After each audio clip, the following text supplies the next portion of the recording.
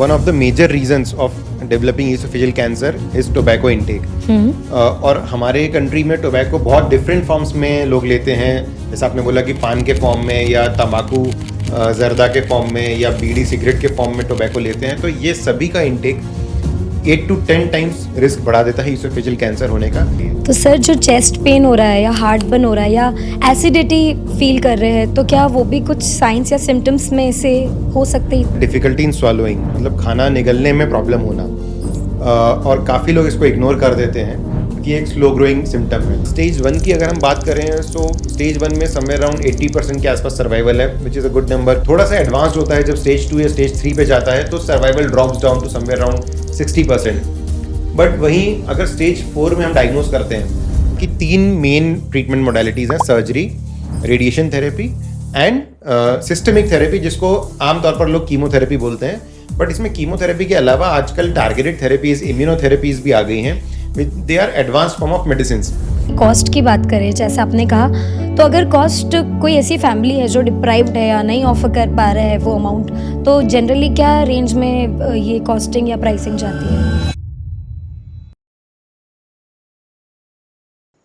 Welcome back to the Health Convo, the show that brings expert medical insights directly to you. Today, we are honored to have with us Dr. Satvik Khaddar, a renowned medical oncologist and hemato-oncologist from Central India. He completed his MBBS and MD in general medicine from the prestigious Banaras Hindu University, Varanasi, and went on to pursue his DM in medical oncology from India's leading cancer institute, Tata Memorial Hospital, Mumbai. With a strong academic background and extensive clinical expertise, Dr. Khaddar specializes in advanced cancer treatments including targeted therapy, immunotherapy, and conventional chemotherapy. His approach to cancer care is comprehensive, also encompassing palliative care to improve quality of life along with genetic counseling and testing to assess familial cancer risk. Dr. Khaddar is dedicated to providing personalized and evidence-based treatments, ensuring that every patient receives care tailored to their specific condition and needs. In today's episode, he will share his valuable insights on modern cancer treatments, the importance of early detection, and how advancement in oncology are transforming patient outcomes. So, let's dive in and hear from the expert himself. So let's welcome our specialist oncologist or board. Today we have Dr. Satvik here with us. Hello Satvik sir, कैसे हैं आप? Thank you for inviting me. I'm fine and I'm very happy to join you on this podcast. So here we are going to get lots of knowledge from Satvik sir at our health convo, and let's bring the magic in the conversation. Sure. So thank you so much for sparing your special hours, and let's talk about the very sensitive topic and the discussion of the day, esophageal cancer. So sir, सबसे पहले हम बात करेंगे symptoms और early signs की, कि ऐसे कौन से सबसे पहले इनिशियल साइंस होते हैं जो बताता है कि ऐसा कुछ कैंसर ह्यूमन की बॉडी में है? तो सबसे कॉमन सिम्टम या साइन जिसको कह सकते हैं हम, वो होता है डिफ़िकल्टी इन स्वालोइंग, मतलब खाना निगलने में प्रॉब्लम होना। और काफ़ी लोग इसको इग्नोर कर देते हैं क्योंकि एक स्लो ग्रोइंग सिम्टम है। तो this is the most common symptom जो हम कह सकते हैं इसोफेजियल कैंसर का। सर, जब नॉर्मली कोई व्यक्ति खाना निगल रहा है, नॉर्मली स्वॉलो कर रहा है, तो क्या वो भी एक अलार्मिंग साइन है अगर थोड़ा सा भी पेन हो रहा है तो? या फिर कुछ सेंसिटिव रीज़न होता है या कुछ एडवर्स होता है तब जाकर हम उसे डायग्नोस कर पाते हैं या डॉक्टर को रीच आउट करना चाहिए? देखिए, स्वैलो करने में प्रॉब्लम बहुत सारे रीजंस की वजह से हो सकती है and oesophageal cancer is one of them. तो मैं ये नहीं कहूँगा कि जितनी बार भी हम स्वैलो, अगर किसी को भी प्रॉब्लम हो रही है स्वैलो करने में तो उसको इसोफेजियल कैंसर है ही। बट अगर वो चीज़ लगातार बढ़ती जा रही है और बहुत लंबे समय से है, फॉर एग्जांपल 3 या 4 हफ्ते हो गए हैं, ठीक नहीं हो रहा है और डॉक्टर को दिखा भी दिया बट कुछ कॉज आइडेंटिफाई नहीं हो रहा है, तो हमें इसोफेजियल कैंसर की तरफ वो हिंट करता है और हमें उसको इवेल्युएट करना चाहिए। तो सर, जो चेस्ट पेन हो रहा है या हार्ट बर्न हो रहा है या एसिडिटी फील कर रहे हैं, तो क्या वो भी कुछ साइंस या सिम्टम्स में से हो सकते हैं इसोफेजियल कैंसर के? देखिए, हर एसिडिटी तो इसोफेजियल कैंसर नहीं होती, बट अगेन अगर कोई एसिडिटी बहुत लंबे टाइम से है और मेडिसिन लेने से भी नहीं ठीक हो रही है, तो येस डेफिनेटली उसे हम इसोफेजियल कैंसर को रूल आउट करना चाहिए। सर, अगर कभी किसी की वॉइस है जो थोड़ी होर्स हो रही है या फिर थ्रोट पेन हो रहा है, तो वो एक इंडिकेशन है ऐसे कैंसर के? Yes, again it is one of the symptoms of oesophageal cancer. तो अगर उस कैंसरस ग्रोथ की वजह से हमारे गर्दन में एक नस होती है, अगर वो कंप्रेस हो रही है बिकॉज ऑफ द ग्रोथ, तो होर्सनेस ऑफ वॉइस आ सकती है, and that is an alarming sign for oesophageal cancer. Yes. Sir, एक अलार्मिंग साइन की जो आप बात कर रहे हैं, तो वो सबसे डेंजरस किस पॉइंट पे होता है? What is the most dangerous sign of an oesophageal cancer?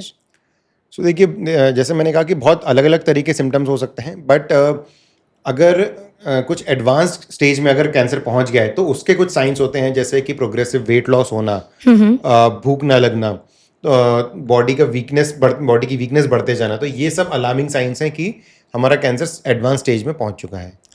Sir, अब बात करेंगे reason of having such problem और सच डिसीज़। तो कॉजेज़ की बात करते हैं सर। इंडियंस अक्सर चाय के शौकीन होते हैं, और क्या ऐसा भी एक मिथ है या फिर ये रियलिटी है कि having chai early morning every morning is a sign or maybe it cause cancer? नहीं, देखिए, चाय पीने से कोई ऐसा कैंसर नहीं होता, बट हाँ, अगर हम बहुत ज़्यादा गर्म कोई भी लिक्विड ले रहे हैं और बहुत लंबे टाइम तक ले रहे हैं, तो yes, that is a proven cause of oesophageal cancer, क्योंकि बहुत बहुत ही हॉट अगर हम लिक्विड लेते हैं तो उससे हमारे ईसोफेगस पे इंजरी होने के चांसेस ज़्यादा रहते हैं। और अगर ये repeated process of injury, inflammation और रिपेयर होता है बॉडी में, तो then it increases the risk of cancer. तो चाय पीने में कोई बुराई नहीं है, बट हाँ, बहुत हॉट लिक्विड्स, बहुत ज़्यादा गर्म चाय या कॉफ़ी बहुत लंबे टाइम तक ना लें। तो sir, in taking gutkha, pan, tobacco या फिर सिगरेट जो लोग स्मोक करते हैं, वो कितना कंट्रीब्यूट करता है ऐसे कैंसर में? कितना रिस्क बढ़ जाता है? So, one of the major reasons of developing esophageal cancer is tobacco intake. और हमारे कंट्री में टोबैको बहुत डिफरेंट फॉर्म्स में लोग लेते हैं, जैसे आपने बोला कि पान के फॉर्म में, या तंबाकू जर्दा के फॉर्म में, या बीड़ी सिगरेट के फॉर्म में टोबैको लेते हैं। तो ये सभी का इंटेक 8 to 10 टाइम्स रिस्क बढ़ा देता है ईसोफेजियल कैंसर होने का। और स्पेशली अगर कोई क्रोनिकली ले रहा है, लंबे टाइम से ले रहा है, then it increases the risk, क्योंकि अगेन इससे हमारा जो ईसोफेगस है, फूड पाइप है, उसमें इंजरी होती है, और उस इंजर्ड सेल्स में कैंसर डेवलप होने का रिस्क काफ़ी हद तक बढ़ जाता है। और अगर ये दोनों साथ में साथ ही साथ, जैसे अल्कोहल की भी आपने बात करी, अल्कोहल, यस। तो अल्कोहल से भी इफेक्ट बढ़ता है। और सबसे डेंजरस बात ये है कि इन दोनों का इफेक्ट मल्टीप्लाई होता है। कहने का मतलब, अगर जितना रिस्क स्मोकिंग से और जितना अल्कोहल से, अगर इन दोनों को साथ में लिया जाए, तो इसका जो रिस्क है ऐड होने के बजाय मल्टीप्लाई हो जाता है। तो it significantly increases the risk of oesophageal cancer. Sir, acidity की बात करें तो इंडियंस में मोस्टली फूड कंजम्पशन के वजह से भी, और बहुत ज़्यादा स्पाइसी खाते हैं इंडियंस, तो काफ़ी बार लोगों को एसिडिटी हो जाती है। क्या एसिडिटी की जो प्रॉब्लम है वो कितना लिंक कर रही है ऐसे कैंसर से? देखिए, हर एसिडिटी कैंसर नहीं कराती है, बट अगेन एसिडिटी होने के बहुत सारे रीजंस हो सकते हैं, जैसे कि इंक्रीज वेट हो सकता है, या कई लोगों को हर्निया होता है उस साइड का, और भी बहुत सी प्रॉब्लम्स हैं जिसकी वजह से एसिडिटी हो सकती है। बट अगेन, अगर बहुत लंबे टाइम तक एसिडिटी है, लेट्स से 15-20 ईयर्स से भी ज़्यादा से कंटिन्यूसली आपको एसिडिटी बनी हुई है, और उसका अगर प्रॉपर ट्रीटमेंट नहीं हुआ है, तो अगेन जो हमारे जो स्टमक का जो एसिड होता है, एसिडिटी बेसिकली क्या होता है, हमारे स्टमक का जो एसिड होता है वो रिफ्लक्स होकर ईसोफेगस में आ जाता है। तो वो जो एसिड होता है वो बार बार ईसोफेगस को इंजर करता है, एंड लंबे पीरियड में, मे बी 20-25 ईयर्स में, ये इंजरी कैंसर में कन्वर्ट हो सकती है। सर, इंडिया की यूथ की बात करें तो बहुत ज़्यादा यूथ ड्रिवन है टुवर्ड्स अल्कोहल, टबैको। तो सर, अल्कोहल और टबैको को अगर एक साथ कंबाइन करके जो लोग कंज्यूम कर रहे हैं, तो क्या रिस्क मल्टीप्लाई हो जाता है ऐसे कैंसर का? यस, बहुत ज़्यादा मल्टीप्लाई हो जाता है अगर दोनों चीज़ें एक साथ यूज़ करी जा रही हैं। इसलिए हम बोलते हैं कि कंप्लीटली अवॉइड करें। कई बार पेशेंट्स हमें पूछते हैं कि सर, मैं टोबैको नहीं लूँ, सिर्फ अल्कोहल लूँ, या दोनों में से एक कोई लूँ। तो ऐसा नहीं है, दोनों के अपने अपने रिस्क हैं, और साथ में लेना तो बहुत ही ज़्यादा खराब है। सर, एक और क्वेश्चन है which is related to the heredity, कि अगर आपकी फैमिली में किसी को ऐसा कैंसर हो गया है, तो कितने चांसेस है कि ये आपकी जीन्स में भी आएगा और आप भी ये प्रॉब्लम या डिसीज से गुजर सकते हैं? देखिए, यूजुअली तो ईसोफेगस के जो कैंसर्स होते हैं उनमें फैमिलियल रिस्क उतना नहीं देखा गया है। बट हाँ, अगर किसी फैमिली में बहुत सारे लोगों को है ईसोफेजियल कैंसर या कुछ दूसरे तरीके के कैंसर्स, तो तो उस फैमिली में स्टमक के कैंसर्स, कुछ ईसोफेगस कैंसर और कुछ पैंक्रियाटिक कैंसर्स का रिस्क बढ़ जाता है। तो obviously family history is important, but again मैं बोलना चाहूँगा कि फैमिली हिस्ट्री अगर स्ट्रॉन्ग है तो एक रिस्क फैक्टर तो आपको ऑलरेडी है, तो जो अदर रिस्क फैक्टर्स हैं जो कि हमने बात करी लाइक टोबैको, अल्कोहल, लाइफस्टाइल, तो उनको हमें एटलीस्ट प्रिवेंट करना है ताकि हमारा रिस्क ईसोफेजियल कैंसर का कम से कम हो सके। सर अब बात करते हैं इस कैंसर के ट्रीटमेंट की, हाउ टू फिक्स इट। तो इंडिया में अगर बात करें सर तो सर्जरी, कीमोथेरेपी, रेडिएशन और बाकी और क्या नई टेक्नोलॉजी है जो इस कैंसर को रिजॉल्व करने के लिए आ चुकी है? सो ईसोफेजियल कैंसर को ट्रीट करें, जैसा आपने कहा कि 3 मेन ट्रीटमेंट मोडालिटीज़ हैं, surgery, radiation therapy and systemic therapy, जिसको आमतौर पर लोग कीमोथेरेपी बोलते हैं।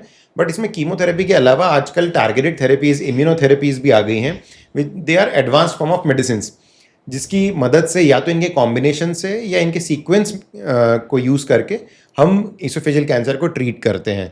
तो ये लेस पेनफुल टेक्नोलॉजी है क्या सर? हाँ, तो जितने भी हमारे एडवांसेस हुए हैं, बीट इन सर्जरी, जैसे कि पहले ओपन सर्जरीज होती थी, अब लेप्रोस्कोपिक सर्जरीज होती हैं, इनफैक्ट रोबोटिक सर्जरीज होती हैं। सो उससे पेशेंट को कम से कम तकलीफ होती है, रिकवरी जल्दी होती है and patient is can be discharge early. Similarly radiation में भी जो अब नई टेक्निक्स आ गई हैं, तो उससे साइड इफ़ेक्ट्स बहुत मिनिमल पेशेंट्स को होते हैं। रही बात दवाइयों की, तो कीमोथेरेपी के प्रोटोकॉल्स आज के टाइम में जो है वो इतने सेफ हो गए हैं। जो हम कॉमन साइड इफ़ेक्ट सुनते हैं कीमोथेरेपी का कि वॉमिटिंग होना, बाल झड़ना या बहुत वीकनेस होना, वो ना के बराबर होता है। एंड अगर हम टारगेटेड थेरेपी या इम्यूनोथेरेपी की बात करें तो ये भी बहुत ही सेफर मेडिसिन हैं जो कि हम पेशेंट्स को बहुत ईजिली दे सकते हैं। मेजॉरिटी पेशेंट्स में कोई सीरियस साइड इफ़ेक्ट्स नहीं होते हैं। सर जब इसका ट्रीटमेंट होता है, जब ऑपरेशन होता है, सर्जरी होती है, तो एक्चुअली में बॉडी में उस वक्त क्या हो रहा होता है और क्या उसके बाद खाना खाना नॉर्मलाइज हो जाता है एक व्यक्ति के लिए, या how painful is it? So surgery में बेसिकली करते क्या है, ईसोफेगस की सर्जरी में तो जो डिजीज्ड पार्ट है उसको रिमूव करते हैं। तो जैसे ईसोफेगस में है कैंसर, तो उतने से पार्ट को हम रिमूव करते हैं और साथ ही साथ थोड़ा सा नॉर्मल टिश्यू भी हम लोग निकालते हैं एडजेसेंट, एंड देन जो स्टमक का जो रेमिनेंट पार्ट है उसको हम ईसोफेगस से कंबाइन कर देते हैं। अब क्योंकि ये थोड़ी सी जो हमारी बॉडी की एनाटमी है वो डिस्टर्ब हुई है, तो इसमें इनिशियली खाना खाने में प्रॉब्लम आ सकती है पोस्ट ऑपरेटिव पीरियड में, बट स्लोली पेशेंट्स को ट्रेन किया जाता है कि कैसे खाना खाना है। स्टार्ट हम लिक्विड डाइट से करते हैं, फिर कुछ टाइम बाद हम देखते हैं कि लिक्विड डाइट टॉलरेट हो रही है तो हम सेमी सॉलिड डाइट्स पे आते हैं। सेमी सॉलिड डाइट जब पेशेंट्स कुछ हफ्तों के लिए टॉलरेट करते हैं तो हम सॉलिड फूड यानी कि जो नॉर्मल हमारी डाइट है उस पर हम आते हैं, और मेजॉरिटी पेशेंट्स एक नॉर्मल डाइट कुछ टाइम बाद, कुछ हफ्तों बाद लेने लगते हैं। सर कैंसर का हिट बैक करने का कितना चांस है फिक्स होने के बाद, एक बार सर्जरी होने के बाद? सो एक बार सर्जरी या उसके बाद रेडिएशन या कीमोथेरेपी भी हो जाता है, उसके बाद भी कैंसर के ऑब्वियसली आने के चांसेस रहते हैं, बट वो डिपेंड करता है कि हमारा स्टेज कौन सा था।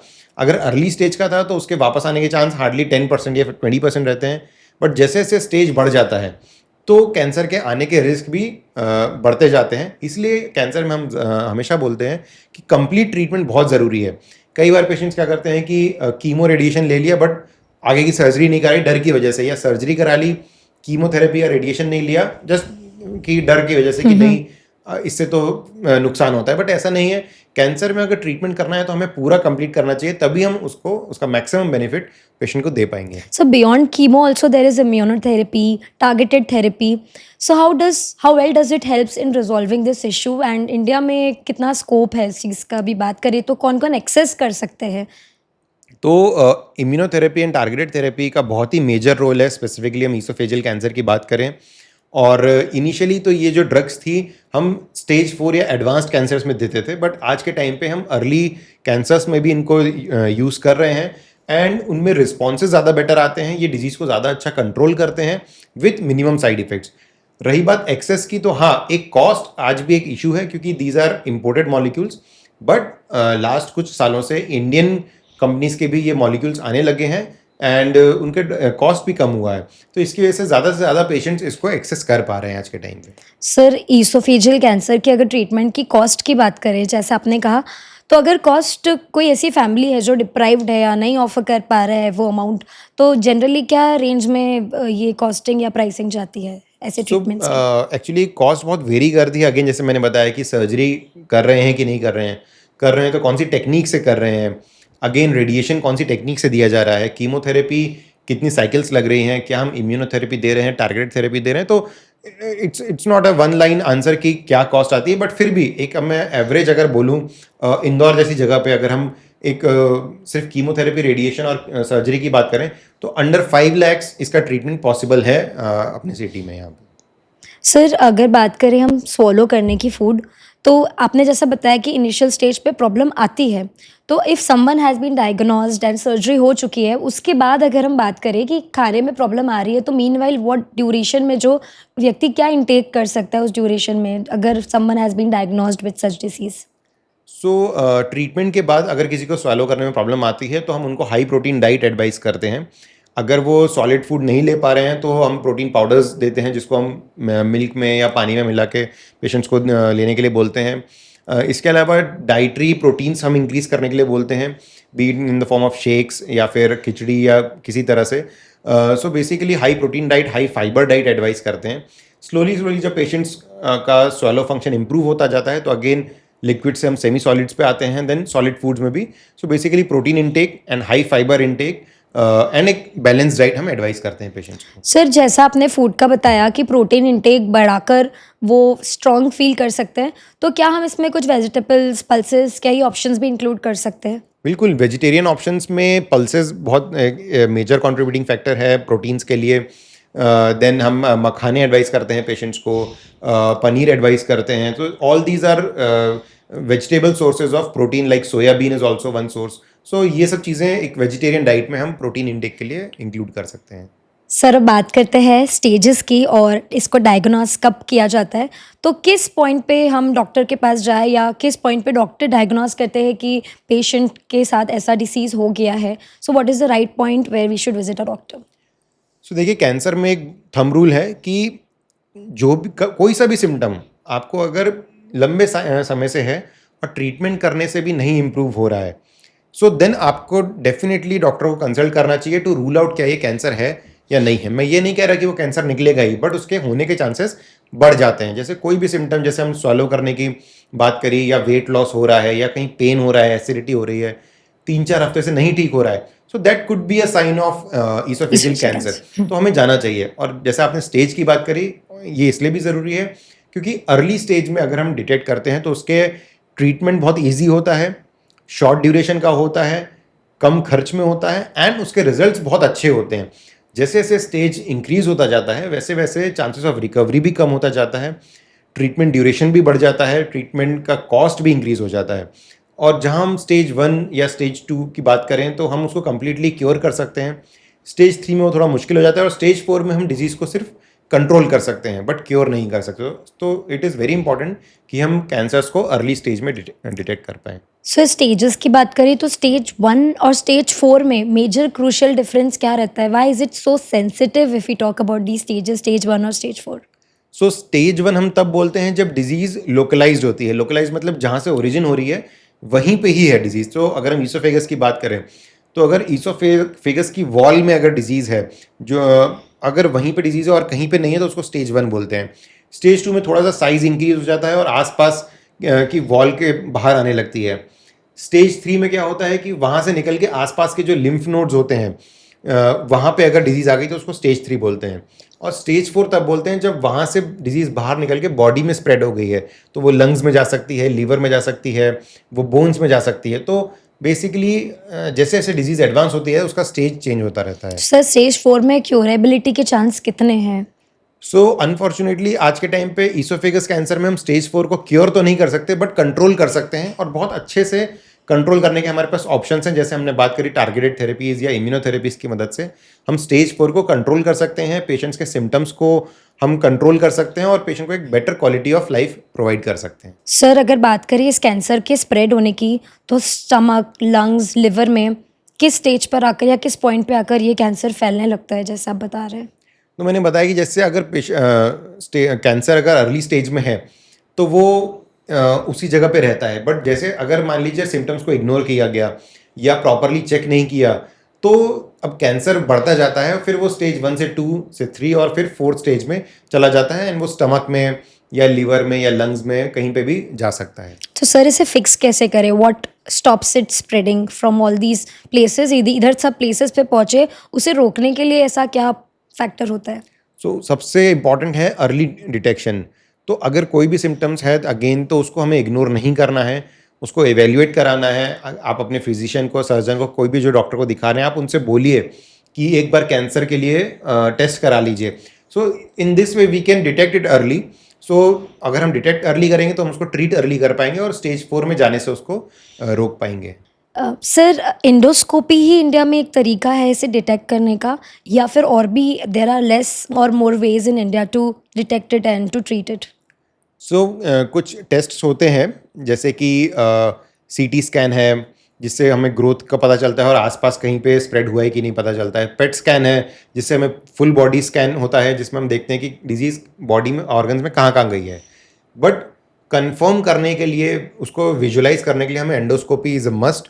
तो एंडोस्कोपी करानी चाहिए, इससे कोई घबराने वाली बात नहीं है, क्योंकि एंडोस्कोपी से हम डायरेक्टली विजुलाइज करते हैं कैंसर को और हम सैंपल लेते हैं उस ग्रोथ का, जिसको हम टेस्ट करके फिर कंफर्म करते हैं कि ये कैंसर है, कौन से टाइप का कैंसर है। सर, अगर बात करें, जैसे आपने बताया डिफरेंट स्टेजेस ऑफ कैंसर होते हैं, बहुत सारे ट्रीटमेंट्स हैं जिससे ये कोशिश करके हम इसे रिजॉल्व कर सकते हैं। जैसे स्टेज 4 की आपने बात करी कि स्टेज 4 एक ऐसा सेंसिटिव पॉइंट होता है जहाँ पर वो पूरी तरह से ठीक नहीं हो पाता है। तो क्या आप उस पॉइंट पे भी patients are allowed to eat और कैन दे हैव और intake something? Yes, stage 4 cancers के भी पेशेंट्स बहुत नॉर्मल डाइट ले सकते हैं, अपने normal lifestyle they can have.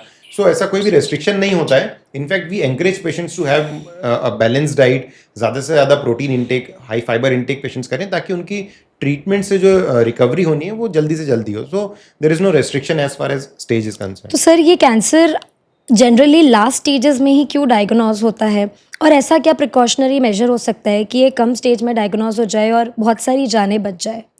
सो देखिए, इसके मल्टीपल रीजंस हैं। सबसे पहला तो जब ये अर्ली स्टेज में होता है, अनफॉर्चुनेटली कोई सिम्टम्स ही नहीं होते हैं ज़्यादातर केसेस में। तो अगर सिम्टम नहीं होगा तो हमें पता कैसे चलेगा कि हमारे अंदर कुछ ग्रो कर रहा है। यस, तो इस वजह से भी कई बार क्या होता है, सिम्टम्स ही उसके तब आते हैं जब वो एडवांस स्टेज में पहुंच चुका हो। बट कई बार अर्ली स्टेज में भी सिम्टम्स आते हैं, जैसे कि अगेन स्वेलो करने में प्रॉब्लम आ रही है, एसिडिटी है जो नहीं ठीक हो रही है, या फिर पेन है, चेस्ट पेन जो नहीं ठीक हो रहा है। सो अगेन ऐसे अगर कोई भी सिम्टम है तो हमें उसे इग्नोर नहीं करना है, उसको नज़रअंदाज नहीं करना है, उसको हमें लाइटली नहीं लेना है, एंड जल्दी से जल्दी उसको इवेल्युएट कराना है, जस्ट टू रूल आउट कि क्या कोई कैंसर तो नहीं डेवलप हो रहा है। So in this way we can detect the cancer at an early stage. Sir, अब बात करते हैं सर्वाइवल की एंड लाइफ आफ्टर कैंसर की। कितनी प्रोबेबिलिटी होती है people to be back to their normal lifes? Majority patients get back to their normal lives after 3 to 4 weeks of surgery.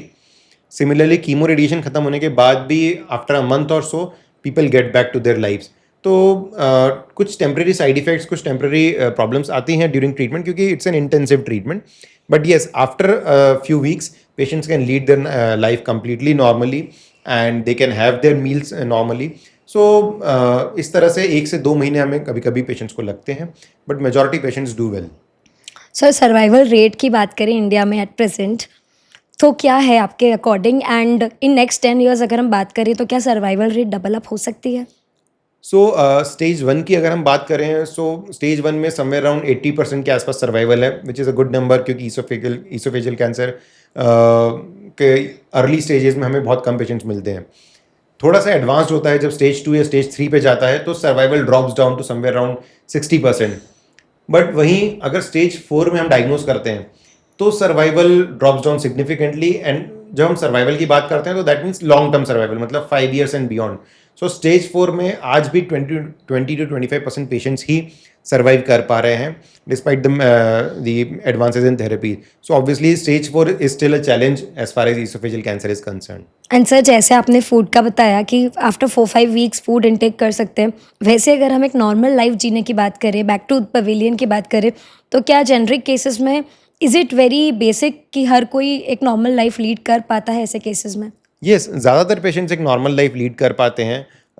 They can go to, वो अपने काम पे जा सकते हैं, वो एक नॉर्मल डाइट ले सकते हैं, वो अपनी फिजिकल एक्टिविटीज़ को कंटिन्यू कर सकते हैं। तो majority the patients do well after completing the treatment. Sir, हम अभी हिटिंग बैक की बात कर रहे थे, फॉलिंग इट बैक की बात कर रहे थे, तो जब आप बता रहे थे probability of getting that problem again, तो कितनी है और किस पॉइंट पे हम उसे फिगर आउट कर सकते हैं कि okay this is coming again? So very good question कि क्या होता है जब हम ट्रीटमेंट ख़त्म करते हैं तो कैंसर्स में follow up is very very important. कई बार क्या होता है जब ट्रीटमेंट खत्म हो गया तो पेशेंट सोचते हैं कि अब हमें डॉक्टर के पास जाने की ज़रूरत नहीं है, बट कैंसर इज़ डिफरेंट। इसमें हमें हमेशा आपको डॉक्टर के फॉलोअप में रहना पड़ता है। एवरी 3 to 4 मंथ्स हम पेशेंट्स को फॉलोअप में बुलाते हैं, उनसे उनके सिम्टम्स कुछ वापस तो नहीं आ रहे हैं वो पूछते हैं, कुछ बेसिक टेस्ट कराते हैं। तो इन सब चीज़ों के थ्रू हम डिटेक्ट करते हैं, कोशिश करते हैं कि हम कैंसर को अगर हो रहा है तो हम उसको अर्ली डिटेक्ट कर पाएँ। बट यही अगर 2-3 साल हो जाते हैं, फर्स्ट 2 to 3 ईयर ज़्यादा इंपॉर्टेंट होते हैं। अगर 2-3 साल निकल जाते हैं तो चांसेस कम हो जाते हैं कैंसर रिकरेंस के। तो हम पेशेंट्स को 6 मंथ्स में एक बार फॉलोअप में बुलाते हैं, एंड आफ्टर 5 ईयर्स अगर कैंसर वापस नहीं आया तो उसके आने के चांसेस ना के बराबर होते हैं। बट फिर भी हम ईयरली एक बार पेशेंट को फॉलोअप में ज़रूर रखते हैं, जिसमें हम पेशेंट से बात करते हैं, समझते हैं कि उनको कोई ऐसा सिम्टम तो नहीं हो रहा है, और कुछ स्कैन्स करते हैं जिससे हम ये देखते हैं कि कहीं छोटे से छोटी ग्रोथ भी बॉडी में डेवलप तो नहीं हो सो रही है। सर, इज इट कि जो पेशेंट्स डॉक्टर से ट्रीटमेंट के बाद फॉलोअप नहीं लेते उनमें ये रिकरेंस की प्रोबेबिलिटी थोड़ी ज़्यादा रहती है? हाँ, डेफ़िनेटली, क्योंकि अगर फ़ॉलो-अप में नहीं रहते हैं, तो अब अगर कोई सिम्पटम हो रहा है या मान लीजिए सिम्पटम्स नहीं हैं और डेवलप हो रहा है अंदर बॉडी में, तो हमें पता नहीं चलेगा। और फिर क्या होता है, फिर ये पेशेंट्स हमारे पास जब तक आते हैं, तब तक वो रिकरेंस में स्टेज 4 में होता है। So then it becomes very difficult for us to treat them. So obviously follow up is important, ताकि हम अगर वापस आ भी रहे हैं, तो उसको जल्दी पकड़ पाएँ और उसको कंप्लीटली ठीक कर पाएँ। सर, ईसोफेजियल कैंसर के जो पेशेंट्स होते हैं उनकी फैमिली भी बहुत बिखर जाती है, टूट जाती है, because it is a very sensitive thing. तो ऐसे केसेस में फैमिली को इमोशनल मेंटल सपोर्ट कहाँ मिलता है? इंडिया में कहाँ मिल सकता है? How can they hold themselves back? So आजकल तो हमारे पास ऑनलाइन बहुत सारे सपोर्ट ग्रुप्स हो गए हैं, इंडिया में भी अब ये काफ़ी ज़्यादा हैं। इसके अलावा हमारे पैलिएटिव काउंसलिंग होती है, पैलिएटिव केयर टीम होती है जो पेशेंट्स की साइकोलॉजिकल काउंसलिंग करती है। We have psycho oncology counsellors जो फैमिली को गाइड करते हैं, पेशेंट्स को गाइड करते हैं to fight this disease, mentally strong करते हैं। And then we have cancer survivors meet, जो पेशेंट्स इस कैंसर से ठीक हो चुके हैं उनसे हम कांटेक्ट करवाते हैं, मिलवाते हैं, so that the patient gains confidence कि हाँ ये इसका। Are doctors also a part of these meets? Yes, obviously हम भी वहाँ पे पेशेंट्स को, मतलब जब इंटरेक्शन कराते हैं तब जो दूसरे पुराने पेशेंट्स हैं वो बताते हैं कि नहीं ये इस ट्रीटमेंट से ठीक हुए हैं, सो दे गेट कॉन्फिडेंस, और obviously we are always there to support our patients in this journey. तो सर, बात करें अगर हेल्दी डाइट की और एक अच्छी हैबिट्स अगर लाइफ में इनकलकेट कर रहा है, तो क्या ज़्यादा प्रोबेबिलिटी है कैंसर फ्री रहने की अगर पेशेंट को हो चुका है कैंसर पहले तो? Yes, so diet and lifestyle play a major role cancer recurrence में भी। सो एक बार अगर कैंसर हो गया है, ट्रीटमेंट हो गया है, तो पेशेंट्स को हम एडवाइस करते हैं एक हेल्दी बैलेंस डाइट लेने की, avoid smoking and alcohol at any cost, मतलब आपको नहीं ही करना है, फिजिकली एक्टिव रहना है, एक्सरसाइज करना है, योगा करना है, सो दैट आपका वेट मेंटेन रहे, आपके mental wellbeing is very important, and physical strength maintain रहे। तो ये इन सब चीज़ों से कैंसर के आने के रिस्क हम काफ़ी हद तक कम कर सकते हैं। Thank you so much doctor Satvik for joining us on board. आज बहुत कुछ सीखने को मिला और शायद आपकी इस नॉलेज से, आपकी इस विजडम से कुछ लोगों की जान बच पाए। Thank you so much for spending your special time. Thank you so much for inviting me.